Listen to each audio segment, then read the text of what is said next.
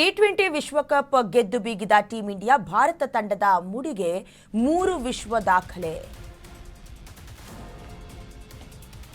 T20 ವಿಶ್ವಕಪ್ ಗೆದ್ದು ಬೀಗಿದೆ team India. Bharat ತಂಡದ ಮುಡಿಗೆ 3 ವಿಶ್ವ ದಾಖಲೆ. ಚಾಂಪಿಯನ್ ಪಟ್ಟ ಪಡೆದ ಮೊದಲ ಆತಿಥೇಯ ತಂಡ ಅನ್ನುವಂಥ ದಾಖಲೆ. ವಿಶ್ವಕಪ್ ಗೆದ್ದ ಭಾರತಕ್ಕೆ 27 ಕೋಟಿ ರೂಪಾಯಿ ಬಹುಮಾನ. ರನ್ನರ್ ನ್ಯೂಜಿಲೆಂಡ್ಗೆ 14 ಕೋಟಿ ಬಹುಮಾನ. ಸಂಬಂಧಪಟ್ಟಂತೆ ಈಗಾಗಲೇ ವಿಶ್ ಮಾಡಿದ್ದಾರೆ. ಪಿಎಂ ಹಾಗೆ ಸಿಎಂ ಸೇರಿ ಗಣ್ಯರು ಕೂಡ ವಿಶ್ ಮಾಡಿದ್ದಾರೆ. ಅಂದರೆ ಗೆಲ್ಲಲೇಬೇಕಾದಂಥ ಅನಿವಾರ್ಯ ಒಂದು ಕಡೆ ಇತ್ತು, ಇನ್ನೊಂದು ಕಡೆ ಫೀಲ್ಡಿಂಗ್ನಲ್ಲೂ ಸಮಸ್ಯೆ ಇತ್ತು. ಅಭಿಷೇಕ್ ಶರ್ಮಾ ಅವರ ಕೆಲವೊಂದಷ್ಟು ಆಟವನ್ನು ಬದಲಾವಣೆ ಮಾಡಿಕೊಳ್ಬೇಕು ಅನ್ನೋದು ಕೂಡ ಇತ್ತು. ಇದರ ಮಧ್ಯದಲ್ಲಿ ಇದೆಲ್ಲವನ್ನ ಬಿಟ್ಟು ಅಥವಾ ಇದೆಲ್ಲವನ್ನ ಚಾಲೆಂಜಸ್ ಆಗಿ ತೆಗೆದುಕೊಂಡು 3ನೇ ಬಾರಿಗೆ ಟಿ20 ವಿಶ್ವಕಪ್ಪನ್ನು ಭಾರತ ಗೆದ್ದಿದೆ. ತಮ್ಮ ಪ್ರಶಸ್ತಿಯನ್ನು ಉಳಿಸಿಕೊಳ್ಳುವಲ್ಲಿ ಕೂಡ ಯಶಸ್ವಿಯಾಗಿದೆ.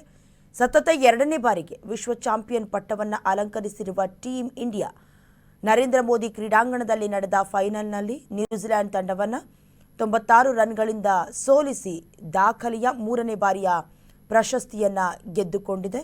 ಈಗಾಗಲೇ ಭಾರತ ತಂಡ ಫೈನಲ್ನಲ್ಲಿ ನ್ಯೂಜಿಲೆಂಡ್ ತಂಡವನ್ನು ಸೋಲಿಸುವ ಮೂಲಕ ವಿಶ್ವಕಪ್ಪನ್ನು ಗೆದ್ದು ಬೀಗಿರೋದು ಕ್ರಿಕೆಟ್ ಅಭಿಮಾನಿಗಳಲ್ಲೂ ಕೂಡ ಒಂದು ಕೌತುಕತೆ ಇತ್ತು. ಎಲ್ಲದಕ್ಕೂ ತೆರೆ ಎಳೆಯುವ ಕೆಲಸವನ್ನು ಮಾಡಿರೋದು ಬಹಳ ಇಂಪಾರ್ಟೆಂಟ್ ಆಗಿ ಟಾಸ್ ಸೋಲತೆ.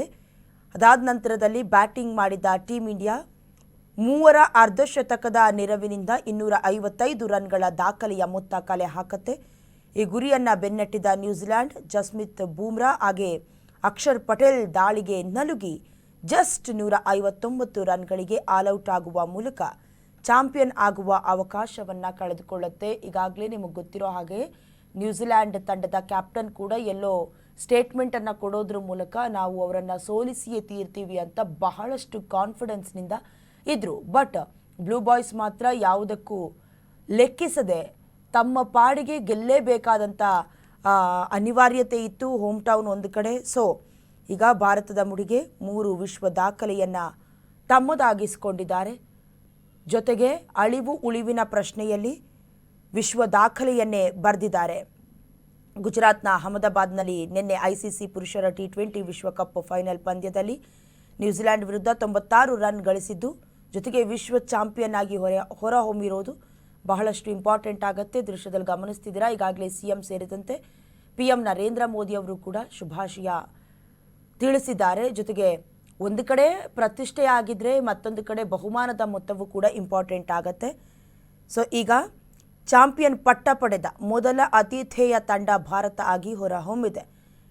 ಅಂದರೆ ಇಲ್ಲಿವರೆಗೂ ಟಿ20 ವಿಶ್ವಕಪ್ ಟೂರ್ನಿ ಆಯೋಜನೆ ಮಾಡಿದಂತೆ ಯಾವುದೇ ಆತಿಥೇಯ ತಂಡ ಇಲ್ಲಿವರೆಗೂ ವಿಶ್ವಕಪ್ಪನ್ನು ತನ್ನದಾಗಿಸಿಕೊಂಡ ಇತಿಹಾಸವೇ ಇರಲಿಲ್ಲ.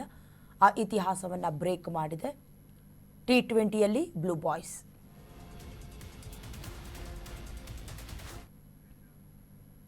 ಮೂರನೇ ಬಾರಿಗೆ ಟಿ20 ವಿಶ್ವಕಪ್ ಗೆದ್ದ ಟೀಂ ಇಂಡಿಯಾಗೆ ವಿಶ್ವಕಪ್ ಗೆಲುವಿನ ಅಭಿಷೇಕ. 3ನೇ ಬಾರಿಗೆ ಟಿ20 ವಿಶ್ವಕಪ್ ಗೆದ್ದಿದೆ ಟೀಂ ಇಂಡಿಯಾಗೆ ವಿಶ್ವಕಪ್ ಗೆಲುವಿನ ಅಭಿಷೇಕವಾಗಿದೆ.